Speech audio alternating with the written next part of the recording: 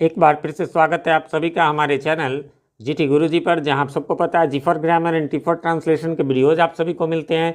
मैं हूं आपका होस्ट, आपका दोस्त, आपका इंग्लिश गुरु प्रभात कुमार सिंह, और आज मैं आप सबके लिए लेकर आया हूं ऑक्सफोर्ड करेंट इंग्लिश ग्रामर के एक्सरसाइज 31 के सॉल्यूशन को लेकर के, जिसमें है fill in the blanks with suitable question tags. ठीक है, ये क्वेश्चन टैग से रिलेटेड जो है वो एक्सरसाइज है, इसका सॉल्यूशन मैं यहाँ बताऊँगा। इससे पहले इसके दो एक्सरसाइजेज और थे, 30 और 29 और 30, तो उन दोनों के वीडियो भी मैंने बना दिए हैं। 29 का लिंक तो अभी आपको ऊपर दिख रहा होगा और नीचे डिस्क्रिप्शन में भी मिल जाएगा। बाकी प्लेलिस्ट है, उसमें पूरा आपको एक्सरसाइज मिल जाएगा। उसमें मैंने काफ़ी डिटेल में बता दिया है किस प्रकार का से हमें लगाना है। फिर भी हल्का सा इसमें भी मैं परिचय आपको दे देता हूँ।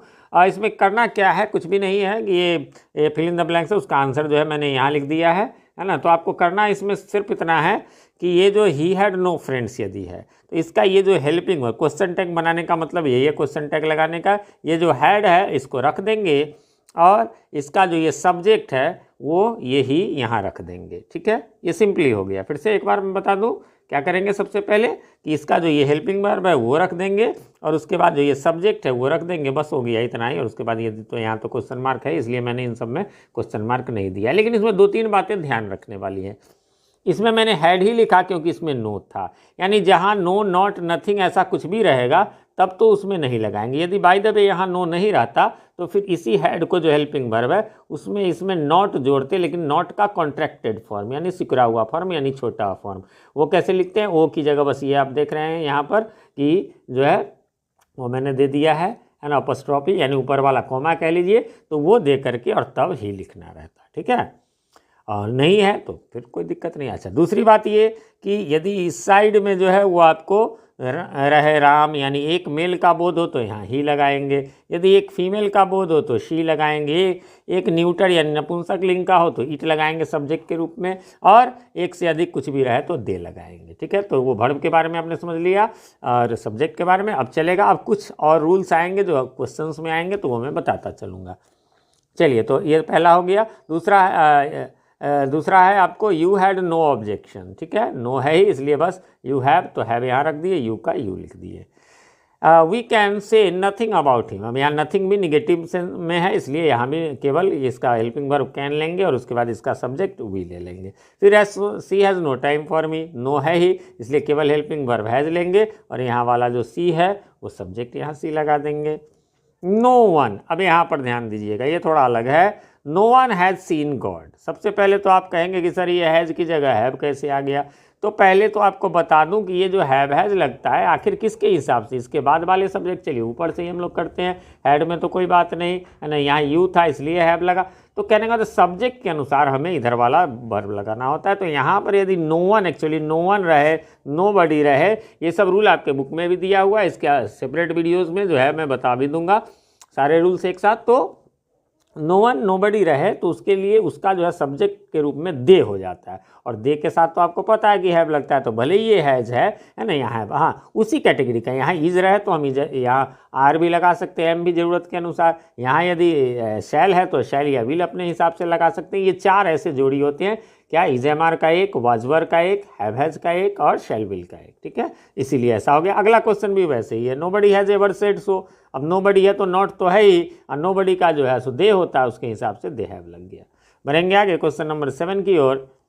क्वेश्चन नंबर 7 में आप देखेंगे सी डज नथिंग, फिर वैसे ही जो है नथिंग तो है इसलिए केवल डज लगा के और इसका subject she. Neither of them has since, अब ध्यान दीजिएगा, नाइदर ऑफ देम है इसलिए यहाँ दे आया और दे के हिसाब से जो है वो हैव लग गया।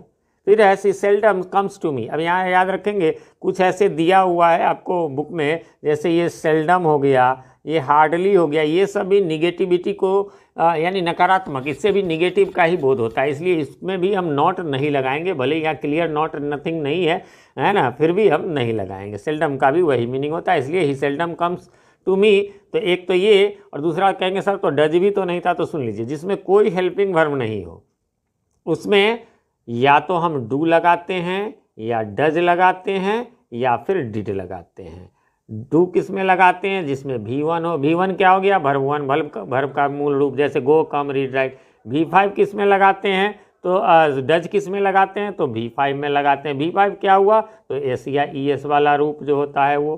ठीक है। और अब रह गया डिड, तो डिड जो है वो आपको लगता है किस में, तो जहाँ पर V2 हो, वर्ब का दूसरा रूप हो, जैसे गो का वेंट हो गया, ठीक है। यहाँ पर कोई हेल्पिंग वर्ब नहीं था, सॉरी यहाँ पर कोई हेल्पिंग वर्ब नहीं था, इसलिए हमने डू डज में से लेना था, तो यहाँ नोज V5 है, एस लगा हुआ इसलिए डज हो गया। और ही hardly ever makes a mistake, फिर क्या हो गया यहाँ पर, तो यहाँ पर आप देखेंगे हार्डली मैंने ऊपर ही बताया, फिर वैसे ही कोई हेल्पिंग वर्ब नहीं है तो डू डज लेना है, तो यहाँ मेक्स है इसलिए डज ही हो गया। बढ़ेंगे आगे क्वेश्चन नंबर 13 की ओर। 13 में कहता है नथिंग वेंट रॉन्ग, अब यहाँ वेंट हो गया V2 इसलिए हमें डिड लगाना पड़ेगा, और नथिंग के लिए नथिंग एनीथिंग के लिए इट होगा, लेकिन अगला जब नोबडी आ जाएगा तो दे लगेगा, और यहाँ पर भी वही है कि V2 है लाइक्ड ईडी वाला है तो डिड लग जाएगा। फिर यहाँ देखिए ये भी जो फ्यू भी लगा रहेगा उसको भी निगेटिव सेंस में ही मानेंगे, मतलब नॉट डायरेक्ट या नो नहीं है फिर भी ये इसको मानेंगे निगेटिव, इसलिए नॉट का रूप इसमें भी नहीं लगाएंगे। फ्यू पीपुल वुड, इन सबको आप रट लेंगे, few people would agree to his proposal, would they हो जाएगा। आई नो, अभी फिर देखिए फिर एक अगला है, ये लिटिल वाला भी है, ये भी निगेटिव सेंस में आता है। I know little about the plan, ये सब आपके बुक में भी दिया हुआ है, ठीक है। तो आई नो, नो भी जो है इसमें भी हेल्पिंग वर्ब नहीं है, नो V1 है इसलिए डू लग गया, और I we know a little about the plan, little है इसलिए निगेटिव है ही, नो V1 है इसलिए डू लग गया, और we do that at once. अब यहाँ से थोड़ा सा बदल गया, यहाँ से ध्यान देंगे, ये जो है आप देखेंगे यहाँ पर आपको यहाँ से लेकर के ये सब क्या है, ये इंपरेटिव सेंटेंस है। इंपरेटिव सेंटेंस कैसे पहचानते हैं, तो जिसकी शुरुआत V1 से, ठीक है, या डोंट नेवर से, या फिर प्लीज़ काइंडली से होती है, वह जो है इंपरेटिव सेंटेंस होता है। इससे आज्ञा का या सलाह का या फिर जो है सो रिक्वेस्ट का, प्रार्थना का बोध होता है। इन सब में एक नियम है, ये आपकी मर्जी है इसमें निगेटिव रहे या नहीं, विल यू भी लगा सकते हैं, वॉन्ट यू भी लगा सकते हैं, आपकी मर्जी है, मैंने ज़्यादातर में दे दिया है दोनों, ठीक है। तो डू दैट एट वंस यानी वह तुरंत करो, विल यू है ना, या वॉन्ट यू कि तुम उसे तुरंत करोगे ना, है ना। Kindly do me A favour, will you या वॉन्ट यू, ऐसे। Bring a glass of water, V1 से शुरू है इसलिए विल यू या वॉन्ट यू। प्लीज़ से शुरुआत है, प्लीज़ गिव मी मनी इसलिए हो जाएगा विल यू वॉन्ट यू में से कोई एक। Don't be late tomorrow, don't से मैंने कहा विल यू। फिर I don't go there again, will you. Kindly don't tease her again, फिर वही बात, मैंने अब यहाँ विल यू ही लिख दिया, अब इसमें कोई खास बात नहीं है। चलिए आगे बढ़ेंगे, और अगला है हमारा 25, लेटस स्टार्ट द वर्क। अब यहाँ से लेट वाले में थोड़ा सा ध्यान दे देंगे। लेट्स का मतलब होता है, ये जो लेट्स है इसका मतलब होता है आपको लेट अस, है ना, लेट अस। तो लेटस वाले में क्या करेंगे हम लोग, तो शैल लगा देंगे और वी लगा देंगे। शैल नहीं, शैल विल में से कोई एक, लेकिन वी है, वी इसका जो लेटस में अस का मतलब हो गया वी, तो वी लगाना, वी के साथ शैल लगता है। लेटस डांस टुगेदर, यहाँ अस अलग क्लियर ही है इसलिए शैल वी। और लेट हिम, यहाँ पर लेट के साथ हिम लग गया तो देख लीजिए let him do the work, अब क्या हो जाएगा ध्यान से, इसमें यू हो जाएगा, तुम करने दोगे ना तो विल यू। फिर है नोबडी डेयर अपोज मी, नोबडी के लिए दे होता ही है, हेल्पिंग वर्ब नहीं है तो डू डज लगेगा, तो यहाँ डेयर है, V1 है इसलिए डू हो गया। इस प्रकार से ये एक्सरसाइज यहाँ पर समाप्त हो गया। उम्मीद करता हूँ आपने मिला लिया होगा, कोई कन्फ्यूज़न किसी प्रकार की नहीं होगी। फिर भी कोई कन्फ्यूज़न हो तो क्वेश्चन लिख करके कमेंट करें, है ना, मैं रिप्लाई जरूर देता हूँ, थोड़ी देर से ही सही। और हाँ, हमारे जो आप व्यूअर्स हैं बहुत अच्छे अच्छे कमेंट्स आ रहे हैं, जिससे कि हमारा उत्साहवर्धन होता है। तो इसी प्रकार उत्साहवर्धन हमारा करते रहें, जिससे कि हम आपके लिए इसी प्रकार के वीडियोस बनाते रहें। और वीडियो पसंद आए तो लाइक करें, ना पसंद आए तो डिसलाइक करें। चैनल पर नए हैं, चैनल को सब्सक्राइब नहीं किया तो प्लीज़ इसे सब्सक्राइब कर लें, और साथ में नोटिफिकेशन बेल में ऑल को प्रेस कर दें, जिससे कि हमारे ग्रामर और ट्रांसलेशन के वीडियोस जब भी बने तो सबसे पहले आप तक पहुँच सके और पहले के वीडियोज़ आपको ढूंढने में आसानी हो। मिलते हैं अगले वीडियो में, तब तक के लिए हैव अ नाइस डे।